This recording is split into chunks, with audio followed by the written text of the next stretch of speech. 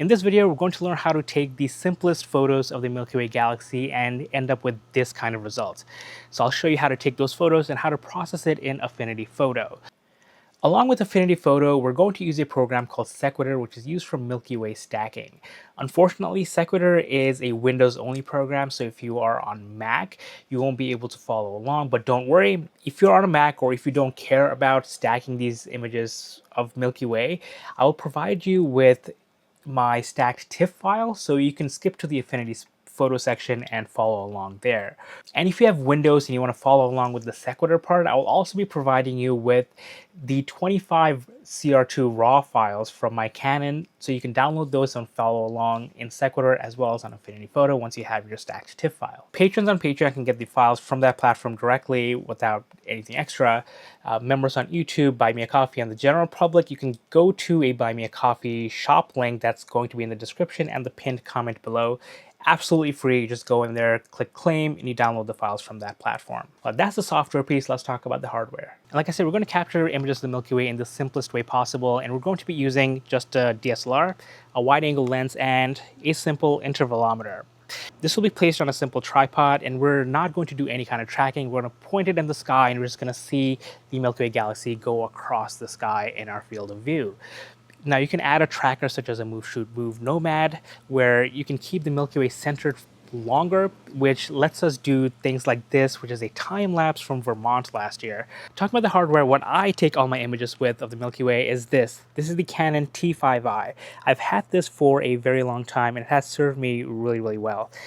And on front of this, I have the Samyang 14mm wide field lens. This is an f2.8. I've also had this for a very long time. This serves as both my Milky Way lens and my meteor shower lens because it covers so much of the sky. Now, if you have a more modern camera such as a Sony A7 or an OM3 system that I've been seeing, those will probably give you a much cleaner image. So all the processing techniques that I'm going to show you is probably going to be a lot easier with those platforms, with those cameras. And this is a manual lens, so I can actually focus this manually and get close enough and then do just a quick exposure to see how my stars are. And my recommendation is to just open the aperture all the way up to f2.8. You don't have to worry about soft stars. We're just trying to get the entire structure of the Milky Way galaxy and not specific details. We leave those up to longer lenses and longer telescopes. Now let's go over the capture settings that I used. All right, it's always a good idea to take your photos in manual mode if your camera lets you. As for the exposure time, I would recommend setting the camera to bulb if your camera has that. If you're using an intervalometer, especially an external intervalometer, let the intervalometer control the exposure time and not the camera itself. Now, a lot of modern cameras will have an intervalometer built in, so if you have access to that, use it. The exposures I used for these individual frames are about 15 seconds. Going to the ISO, I used ISO 6400. Now, the higher your ISO, the more noise you're going to see, and that is evident in all of these images.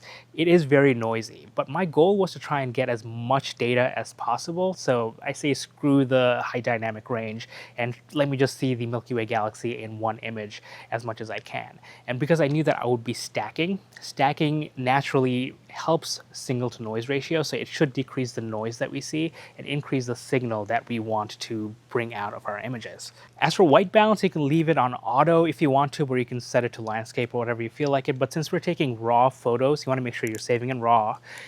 You can edit the white balance later on. Now you'll see in this video that I'm not really even worrying about the white balance because I'm just showing you processing techniques on how to bring out the details of the Milky Way galaxy.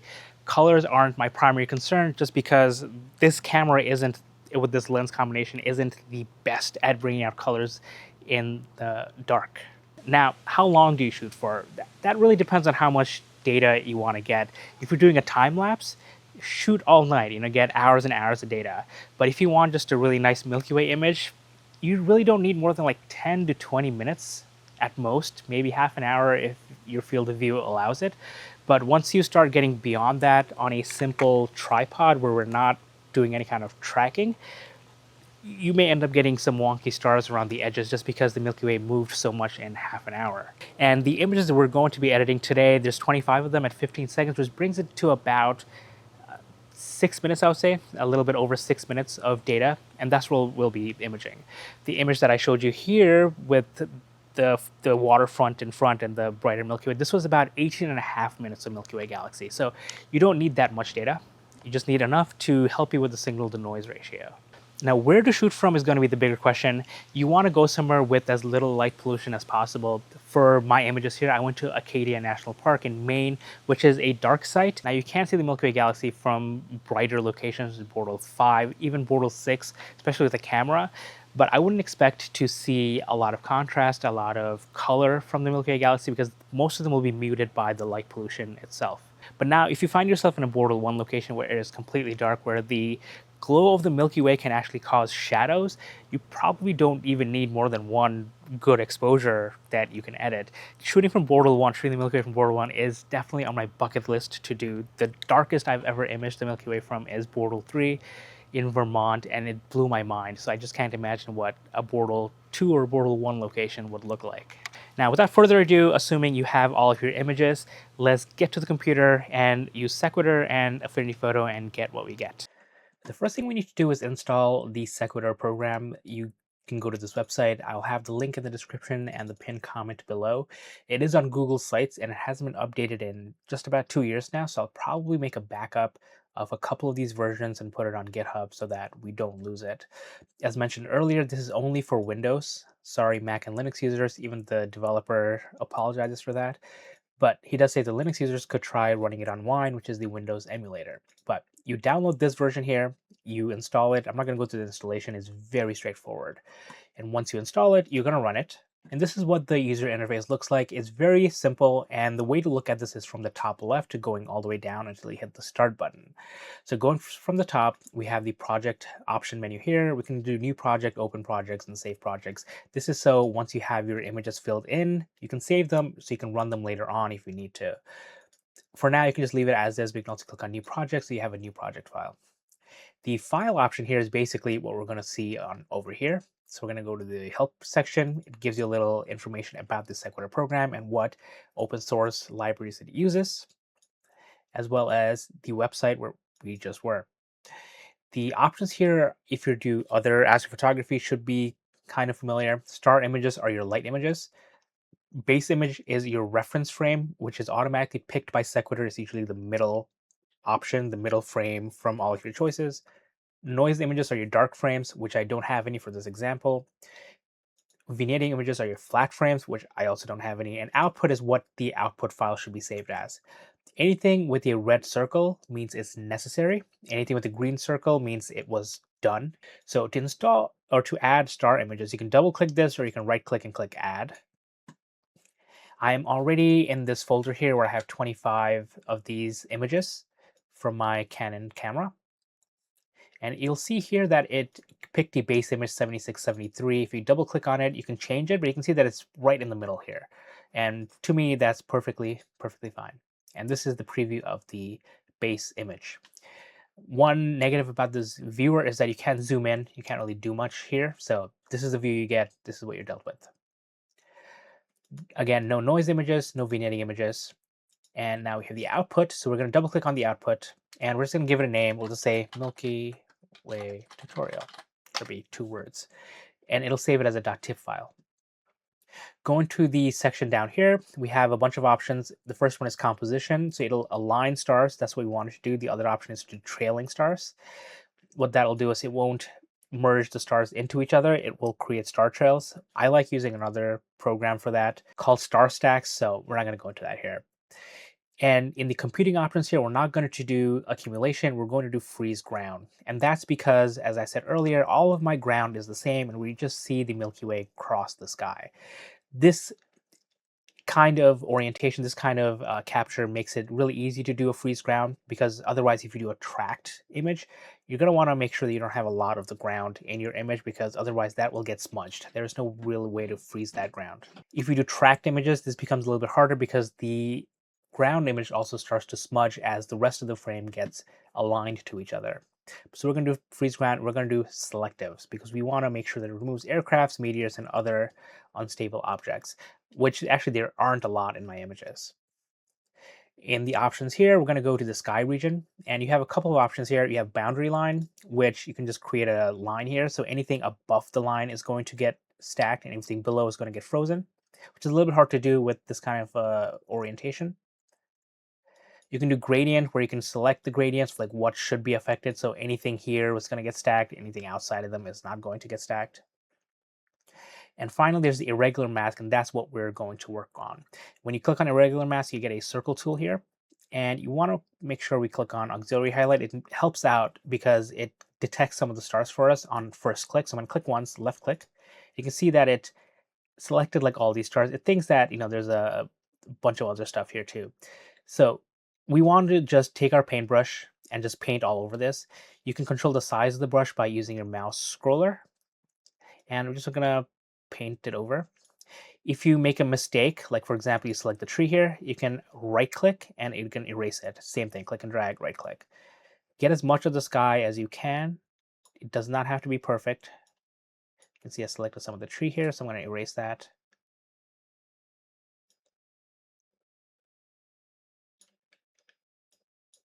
Okay. There we go. We have our sky selected. So this is what's going to get stacked, and this is going to stay frozen. The next option we're looking at is auto brightness. I do find that this helps with Milky Way images when it's a little bit faint. My image here is actually not bad, and when we stack it, the noise is going to go away, but it'll still look a little bit dark. So I would recommend playing with this. So you can right click and click on, or you can double click and it toggles it. So I would recommend playing with this to see what your image looks like with brightness on and brightness off. High dynamic range I usually keep off because I don't have that much dynamic range in my Canon T2i, T5is. Anyway, if you don't use dark frames, I would recommend using dynamic noises. Remove dynamic noises. You can right click and click on or double click. Reduce distortion effects is another good one. Because I'm using a wide field lens, you want to use complex. It gives you a little tooltip if you hover over the two options at the bottom. So suitable for telescope and simple distortions due to lenses, and complex is for wide angle lenses, and it does help, I find. You can try to reduce light pollution, but as you can see in this image, I don't have any at all, even at the horizon, because I'm looking away from city lights here. So I'm going to keep this up, but if you have other data you're working with, play with it on and off. I'm not going to turn on enhanced I'm not going to turn on enhanced starlight because I find that it makes some of the stars look a little bit too bright. So I keep that off, but again, another thing for you to experiment with. Merging 4 pixels is kind of like binning, where you're merging 4 different pixels into one. It does make the image size a quarter of the size, so you'll lose a lot of resolution. Sometimes that works for you. I've not had good results with this, so I'm just keeping it off. And there's also a cool time-lapse option that we're not going to cover in this tutorial. And there's nothing to do in the color space. So once this is all set, pretty straightforward. We're going to click on start. This is 25 frames, and it's going to do them super quickly.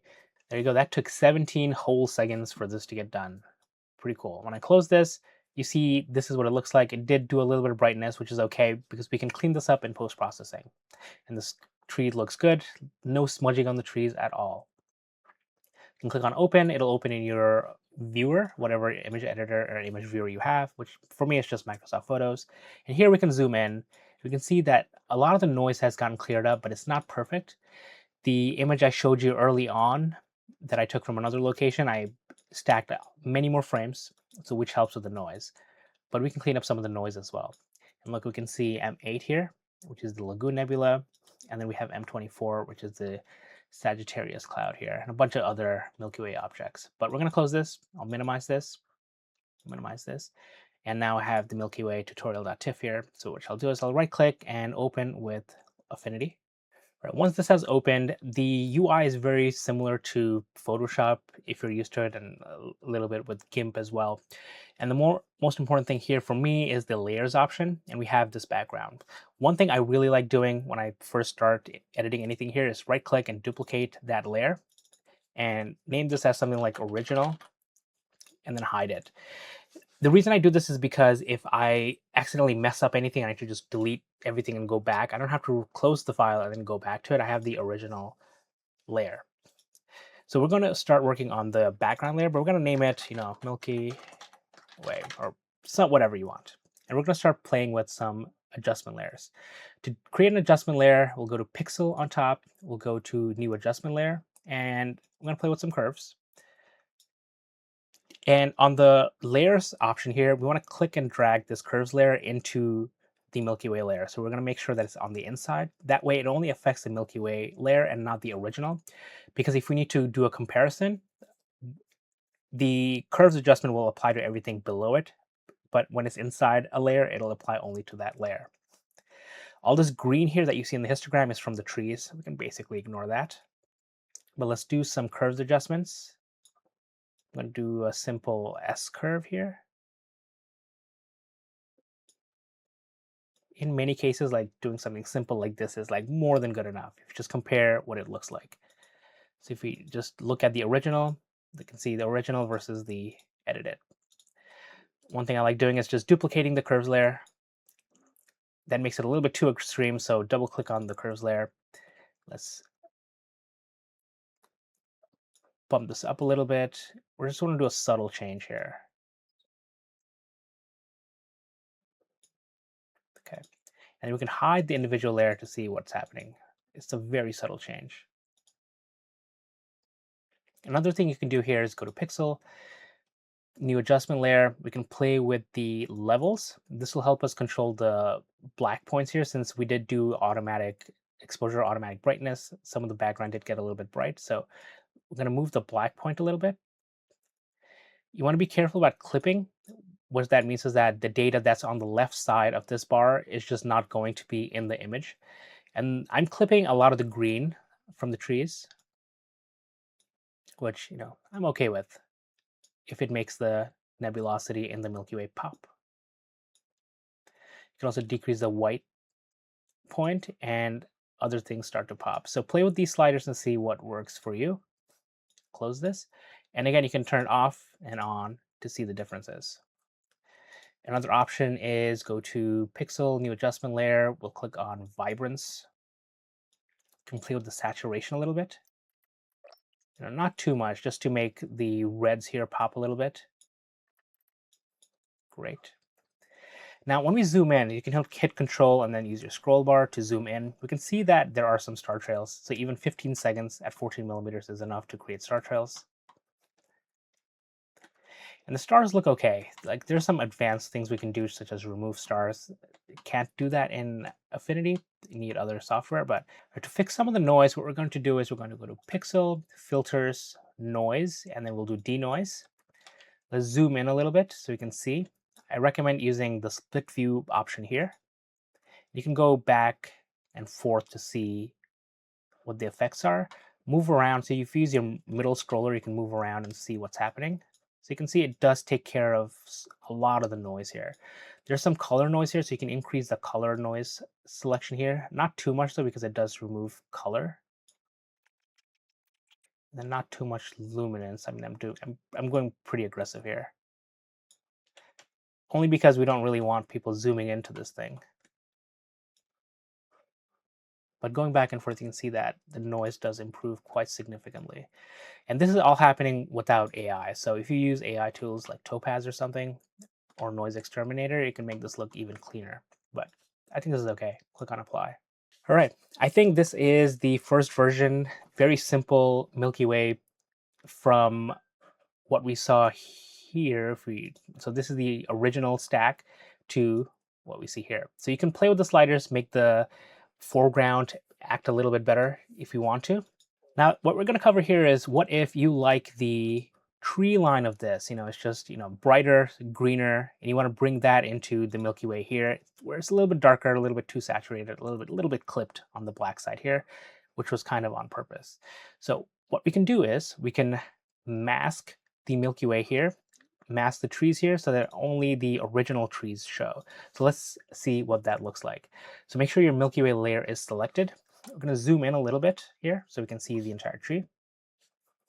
On the left-hand side here, there's a selection tool here. By default is the object selection. If you click and hold, you'll see the selection brush tool. Once you click on this, you get a circle tool. And we're going to just click and drag, select the tree line. All right, there we go. Now you're thinking like, hey, this looks really ugly. You're selecting a lot of the sky. Don't worry, we're going to refine that. So we're going to click on this option here called Refine. And it'll do a matte overlay, a red matte overlay by default. And You can control the brush size here. By default, it's 50, I think. So you can go up to like, let's say like 85, 90. And what we want to do is we want to paint over the edges here and make sure that it selects some of the sky as well. You can overlap the tree a little bit. There you go. And Affinity Photo is smart enough to just select the sky, but we can refine the edges a little bit better. Let go every once in a while so you can undo more easily.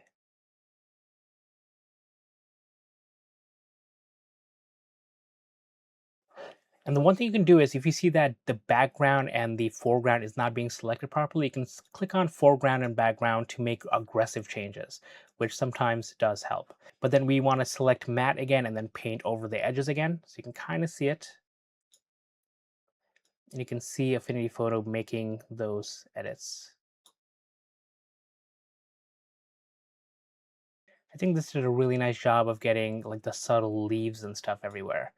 So another thing you can do here is instead of doing an overlay, you can do like a black matte or a white matte, which sometimes helps to see where the lines are. And there's also transparent. And when you do the transparent, it actually gives you a little overview of what's going to happen. Because this is the Milky Way from the background, from the original layer. But anyways, we're going to just do overlay. And in the output, we're going to do a mask, not a selection. And then we'll do apply once you are satisfied. Okay, so now what happened here is that, this did the opposite. So it masked the tree from the beginning, from the foreground, and it made it onto the original. To invert this, select the mask here, right click, and click on invert mask here. There we go. So now we have the foreground from the first original layer, and then the Milky Way from the edited layer. So if you want to turn off the mask to see what it looks like, you hit Shift and you click on the mask and you can see it hidden. You can also right click and click on Hide and then Unhide to see what it looks like. Now you can do some work on the original if you want to. Like this is a little bit noisy. If you want to denoise this a little bit, maybe work on some of the contrast there if you wanted to. But there you go. This is a really nice way, really easy way of processing the Milky Way galaxy and using a different foreground than what you had. Now, I showed you a really simple example. If you wanted to bring in a foreground from somewhere else, you can. It's going to be the exact same thing, except you may want to put the original on top or put the foreground on top and then reverse the mask so that you're masking everything but the foreground. And that's basically how I did this image of the Milky Way galaxy in front of the water and all the lights there. These are from two different sessions. I brought the foreground in from somewhere else. And if you do want to edit this, you can go to Pixel, let's say adjustment layer.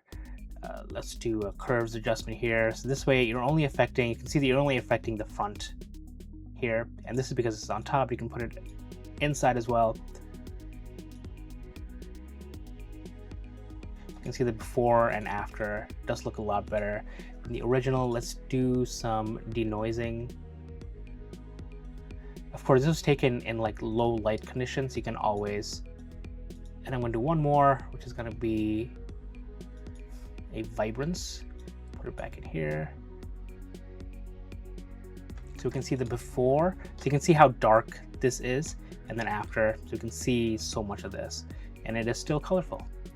If anyone wants to see some advanced editing on this using like Serial or PixInsight or something, do let me know. The last thing to do is go to File, go to Export, save it as a JPEG or whatever, and there you go. And it is here. Thanks for sticking around. I hope this video was helpful. If you have any questions, please ask in the comments below. I would like to send a huge shout out to all of my patrons on Patreon, supporters on Buy Me a Coffee, and here on YouTube for making all of my astro adventures here on YouTube possible. You are all amazing. If you'd like to join this list of wonderful people, please check out the links in the description and in the pinned comment below. Until next time, clear skies.